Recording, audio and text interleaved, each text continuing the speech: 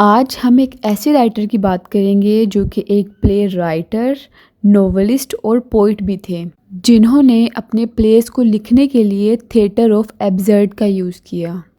तो आज हम सैमुअल बेकेट की बात करेंगे। इन्होंने अपने वर्क्स के ज़रिए दिखाया कि जो इंसान की ज़िंदगी है वो कितनी लोनलीनेस है, मीनिंगलेस है। सैमुअल बेकेट एक आयरिश और एक मॉडर्न राइटर हैं। इन्होंने बहुत से एब्सर्डिस्ट प्ले भी लिखे। अब जिन लोगों को थिएटर ऑफ एब्सर्ड का नहीं पता तो उसके लिए एक मैंने वीडियो बनाई है, उसको ज़रूर देखें ताकि इसका कॉन्सेप्ट क्लियर हो जाए। फिर भी अगर मैं थोड़ा सा थिएटर ऑफ एब्सर्ड का बताऊं तो ये एक ऐसा प्ले होता है जिसके अंदर मीनिंगलेसनेस ऑफ लाइफ दिखाई जाती है। दिखाया जाता है कि इंसान का कोई पर्पस नहीं है और इंसान की ज़िंदगी सेंसलेस है। बाकी इसके फीचर्स, करैक्टरिस्टिक्स, उसका पर्पस उस वीडियो में ज़रूर देखना। सैमुअल बेकेट 20th सेंचुरी के बहुत बड़े इन्फ्लुएंशियल राइटर रहे हैं और अगर इनको सबसे ज़्यादा जाना जाता है तो वो इनके एक प्ले वेटिंग फॉर गोडो की वजह से है, जो कि इन्होंने 1953 में लिखा था। इनका जो ये प्ले था ना, ये बहुत फेमस हुआ और बहुत से राइटर्स ने इंस्पायर होकर थिएटर ऑफ एब्सर्ड लिखना शुरू कर दिया।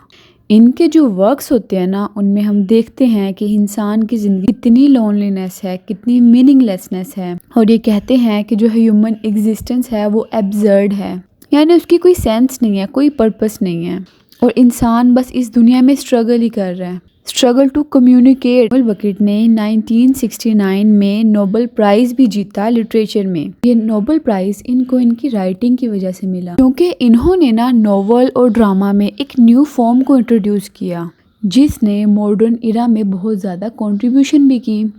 अब इस राइटर को पढ़ने से पहले ना हम इसके लाइफ को देखेंगे और इसके बैकग्राउंड को देखेंगे। तो इनका फुल नेम है सैमुअल बार्कले बेकेट और ये 13 अप्रैल 1906 में डबलिन आयरलैंड में पैदा हुए। डबलिन आयरलैंड का कैपिटल है और इनकी डेथ 22 दिसंबर 1989 में फ्रांस में हुई, पेरिस के अंदर। अब अगर जैसे कि डबलिन में पैदा हुए हैं तो इनकी जो एजुकेशन थी वो ट्रिनिटी कॉलेज डबलिन में हुई, लेकिन इसके साथ साथ उन्होंने फ्रेंच और इटालियन भी सीखी। और अगर इनकी लैंग्वेज की हम बात करें तो इनको फ्रेंच और इंग्लिश दोनों ही बहुत अच्छे से आती थी। पहले तो इन्होंने अपने बहुत सा वर्क फ्रेंच लैंग्वेज में लिखा और फिर अपने ही वर्क को इंग्लिश में ट्रांसलेट भी किया। अब अगर हम उनके लाइफ के थोड़े से इंसिडेंट देखें तो ये वर्ल्ड वार 2 में ना इन्होंने देखे है, सब शामिल रहे हैं। उस वक्त ना ये फ्रांस में थे, ये फ्रेंच रेजिस्टेंस में भी शामिल हुए जो कि नाजी ऑक्यूपेशन के अगेंस्ट थी। जब वर्ल्ड वार 2 ख़त्म हुई थी ना तो उसके बाद ये ना पेरिस के अंदर ही सेटल हो गए थे और वहाँ ही रह के इन्होंने जो बाकी इनका लिटरेरी वर्क था उसको प्रोड्यूस किया। बेकेट की जो ज़िंदगी थी ना वो बहुत प्राइवेट लाइफ उन्होंने जी है। उनकी ज़िंदगी में उन्हें इतनी ना फेम मिली और ना उन्होंने इस चीज़ को एंजॉय किया, ना इतनी सक्सेस को। उनका मानना था कि जो इंसान की ज़िंदगी है या इंसान की जो कंडीशन है वो एक ही वक्त में ना ट्रेजिक और कॉमिक दोनों हो सकती हैं, जो कि हम इनके वर्क्स में देखते भी हैं। अब इनके कुछ मेजर प्लेज हैं जिनको मैं मेंशन कर देती हूँ। सबसे पहले आएगा वेटिंग फॉर गोडो, जिसकी हमने बात भी की। ये 1953 में पब्लिश हुआ था, जिस पे हमारी नेक्स्ट वीडियो भी बनेगी और ये बहुत बहुत इंपॉर्टेंट प्ले है और इसका सबसे फेमस प्ले भी है ये। अगर इसके बाद थोड़ा सा बताऊं तो ना इसमें 2 लोग होते हैं, एक व्लादिमीर होता है और एक स्ट्रैगन होता है, and they are waiting endlessly for someone जिसका नाम गोडो होगा और वो पूरे प्ले में कहीं भी नहीं आता। ये दोनों एक ऐसे शख्स का इंतज़ार कर रहे हैं जिसका नाम गोडो है और वो पूरे प्ले में नहीं आएगा। इसका जो ये प्ले है ये एब्सर्डिटी ऑफ ह्यूमन लाइफ को शो करता है कि इंसान की ज़िंदगी एब्सर्ड है। इसका जो प्ले है वो है एंड गेम, जो कि 1957 में फॉर गोडो के 4 साल बाद ही पब्लिश हो गया था। अभी 2 लोगों पे फोकस किया जाएगा, एक तो हम यानी जो ब्लाइंड और पैरालाइज मैन था और उसका सर्वेंट उसकी।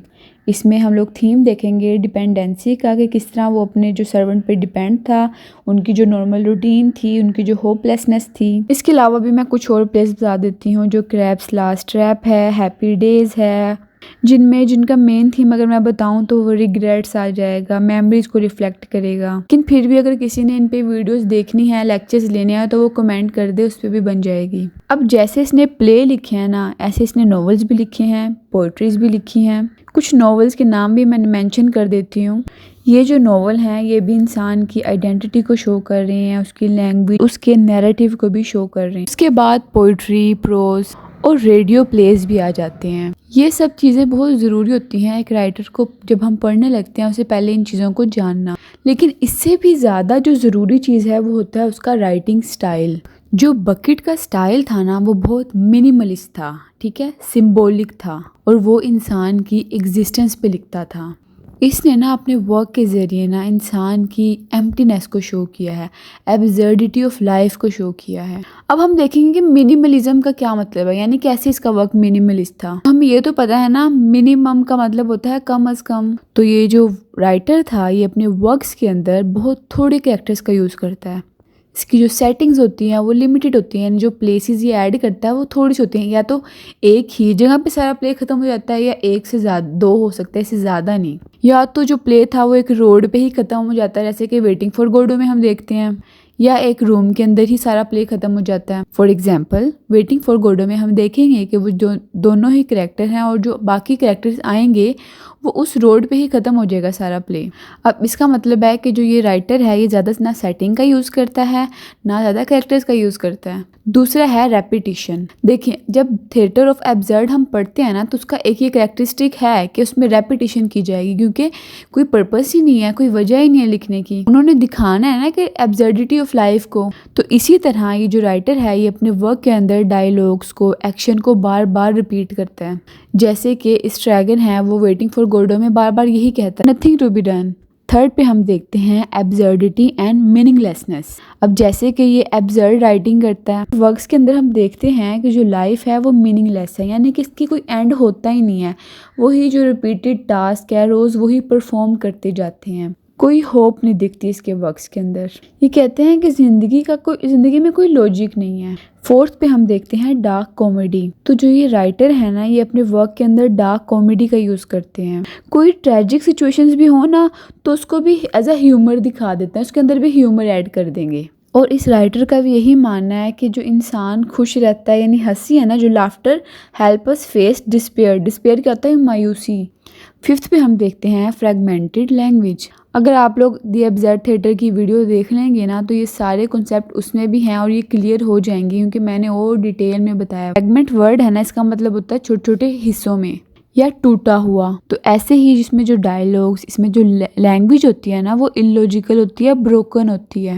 यानी एक राइटर है ना वो बोल रहा है, बोलते बोलते वो चुप हो जाएगा और एक और नया टॉपिक शुरू कर देगा, यानी कोई सीक्वेंस ही नहीं है, कोई लॉजिक ही नहीं है। और एक ही बात को ना बार बार रिपीट करना सर्कुलर वे में, इन चीज़ों से ना हमें क्या पता चलता है? हमें पता चलता है कि किस तरह वो डिफ़िकल्टी है कम्युनिकेशन में, वो लोग बात नहीं कर पा रहे हैं, क्योंकि कुछ है भी तो नहीं ना बात करने के लिए। 6 पे हम देखते हैं एग्जिस्टेंशियल इन्फ्लुएंस। तो जहाँ एग्जिस्टेंशियलिज्म की बात होगी वहाँ जेन पॉल सार्ट्रे और एल्बर्ट कैमस की बात तो ज़रूर होगी। ये इन्हीं से इन्फ्लुएंस हुई है। इन लोगों का मानना है कि जो इंसान की एग्जिस्टेंस है ना वो मीनिंगलेस है, कि उसका कोई पर्पस नहीं है। हमें कोई पर्पस ढूंढ के ज़िंदगी गुजारनी पड़ेगी, वरना हमारी ज़िंदगी का कोई पर्पस ही नहीं है, मीनिंगलेस है, नथिंगनेस है हमारी लाइफ में। और जो ह्यूमन है ना वो अभी तक सर्च करता जा रहा है कोई पर्पस उसे मिले जीने का। जब हम एक राइटर के स्टाइल को जान लेते हैं ना, फिर हम उसका जब नेक्स्ट वर्क पढ़ते हैं तो हमारे लिए बहुत आसानी होती है, हम उस वर्क में उन चीज़ों को देखते हैं। ऐसे ही हमारे लिए थीम का जानना भी बहुत ज़रूरी होता है, क्योंकि उन ही थीम्स की वजह से हम उस कैरेक्टर को या उस राइटर को और अच्छे से जान लेते हैं कि वो राइटर किन किन थीम से फोकस करता था, और ये थीम ही उसकी ज़िंदगी के बारे में हमें बताती हैं, उसकी सोच के बारे में हमें बताती हैं। सबसे पहले ये जो राइटर थे ये the absurdity of human existence पे बिलीव करते थे, जो कि हमने अभी बात की है। अभी वही बात हुई है कि life has no clear purpose और ऑर्डर। का इस दुनिया में कोई भी पर्पस नहीं है। कि वेटिंग फॉर गोडो में वो दोनों इंतज़ार कर रहे हैं गोडो का एंडलेसली, और वो गोडो कभी आएगा भी नहीं, तो उनका कोई पर्पस ही नहीं है। यानी ऐसी चीज़ का इंतज़ार करना दैट विल नेवर हैपन, जो कभी होने ही नहीं वाली। और ये डायलॉग भी है बकेट का इसी ड्रामा में, इसी प्ले में, nothing happens, nobody comes, nobody goes, it's awful. पे हम देखते हैं वेटिंग एंड होपलेसनेस। इसको भी हम उसे ही अगर रिलेट करें कि वो इंतज़ार कर रहे हैं एक ऐसी चीज़ का और फिर वो होपलेस हैं क्योंकि कोई उम्मीद ही नहीं है ना। ऐसे ही इंसान की ज़िंदगी है, वो इंतज़ार कर रही है। हम लोग डेथ का इंतज़ार कर रहे हैं, किसी के चेंज होने का इंतज़ार कर रहे हैं, जो कि हो ही नहीं रहा। अब जैसे कि इस राइटर ने वर्ल्ड वॉर 2 को एक्सपीरियंस किया है, ठीक है, तो इतनी डिस्ट्रक्शन के बाद जो इंसान होता है ना, वो होपलेस हो जाता है। जब उसके सामने लोग मर रहे हैं, सिटीज़ डिस्ट्रॉय हो रही हैं, हर तरफ ही बॉम्बिंग हो रही है, तो इंसान को ना कोई होप नहीं नजर आती। तो इसी तरह ना बकेट के वर्क में ना हम वेटिंग और होपलेसनेस का भी थीम देखते हैं। थर्ड पे आ जाता है लोनलीनेस एंड आइसोलेशन, यानी कि इंसान तन्हा हो जाता है। पास लोग हों भी तो कोई बात ही नहीं होती कम्युनिकेट करने की, इंसान अंदर से अकेला फील करने लग जाता। कहा जाए ना, जितने भी असरात ये नजर आते हैं राइटर्स पे, ये वर्ल्ड वॉर 2 के ही हैं। उसने इतनी डिस्ट्रक्शन जो देख ली है, अब जो चीज़ उसने फेस कर लिया ना, वही अपने वर्क में लिखेगा। वो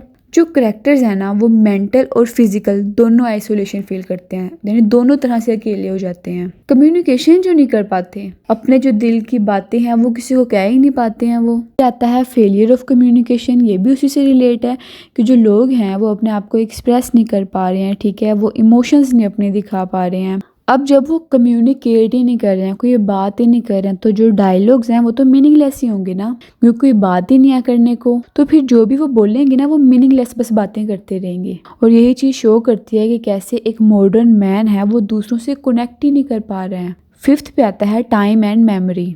बकेट के वर्क्स के अंदर ना हम लोग जो टाइम है ना, वो बार बार रिपीट होता देखते हैं, ठीक है, कोई प्रोग्रेस नहीं देखते हम। सर्कुलर वे में ना बार बार वो रिपीट हो रहा है। ये ऐसे होता है कि जो पास्ट मेमोरीज है ना, वो करेक्टर्स के जहन में बार बार आती हैं, कि हमें कोई सीक्वेंस नहीं नजर आती। प्रेजेंट और पास्ट ना बिल्कुल मर्ज हो जाता है। और कुछ ऐसा भी होता है कि कुछ करेक्टर्स के लिए जो उनकी मेमोरीज है ना, वो एक बर्डन बन जाती हैं, जो उनके जहन से निकलती नहीं है और उनको कंफर्ट नहीं देती बल्कि स्ट्रेस देती हैं। 6 पे आता है एग्जिस्टेंशियल डिस्पेयर। कहता है कि जो अब इंसान है ना, वो अवेयर हो गया है कि लाइफ मीनिंगलेस है, हमारी एग्जिस्टेंस मीनिंगलेस है, लेकिन जो उसके करेक्टर है ना, वो फिर भी जिंदगी जीते हैं। वो एक रोशनी की तरह होते हैं मायूसी में।